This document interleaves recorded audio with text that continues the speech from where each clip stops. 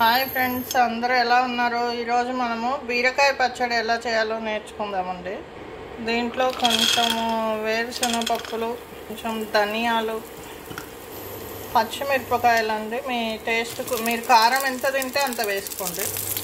కొంచెం జీలకర్ర, ఎండుమిరపకాయలు అండి. ఈ రౌండ్గా ఉన్నాయి రేగిపళ్ళు కాదండి, మీరు రేగిపళ్ళు అనుకునే వాళ్ళు. ఇవి ఎండుమిరపకాయలు అండి. ఇక్కడ యూఏఈలో ఇలా దొరుకుతాయి ఎండుమిరపకాయలు. పల్లీలు అవన్నీ వేరే ప్యాన్లోకి తీసుకొని ఇప్పుడు మళ్ళీ కొంచెం నూనె వేసుకొని ఈ బీరకాయ ముక్కలు వేసుకుందామండి. బీరకాయ కట్ చేసి పెట్టుకున్న బీరకాయ ముక్కలు వేసుకుందాం.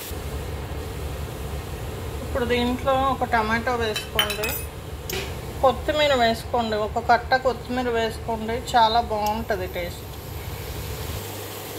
రెండు రెబ్బలు చింతపండు అండి, మళ్ళీ పులుపు ఎక్కువైతే టేస్ట్ పాడవుతుంది. చిటికెడు పసుపు, ఇవన్నీ గ్రైండ్ చేసుకుందామండి. ఇప్పుడు ఆ పేస్ట్లోనే మగ్గించుకున్న ముక్కలన్నీ వేసి గ్రైండ్ చేసుకుందామండి. కొంచెం సాల్ట్ వేసుకుందాం.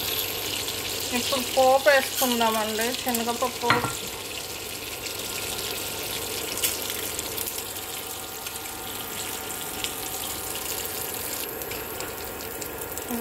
మినపప్పు, ఆవాలు,